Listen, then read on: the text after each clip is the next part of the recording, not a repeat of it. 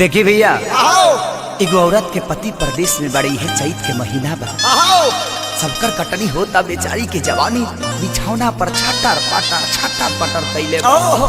औरतिया बड़ा तकलीफ में बिया, कहतिया कि चैत के लहर कहर बहुते बढ़ावता, हाय हाय हाय हाय कि चैत के लहर कहर बहुते बढ़ावता, कि चढ़ली जवानिया में अगिया लगावता। अरे क्यों क्यों ए राजा, का हो तू तो परदेसवा में काटता रचानी, चुप रहा कौन जाना अब बिगड़ता मन जब खेसरिया चैत गावता।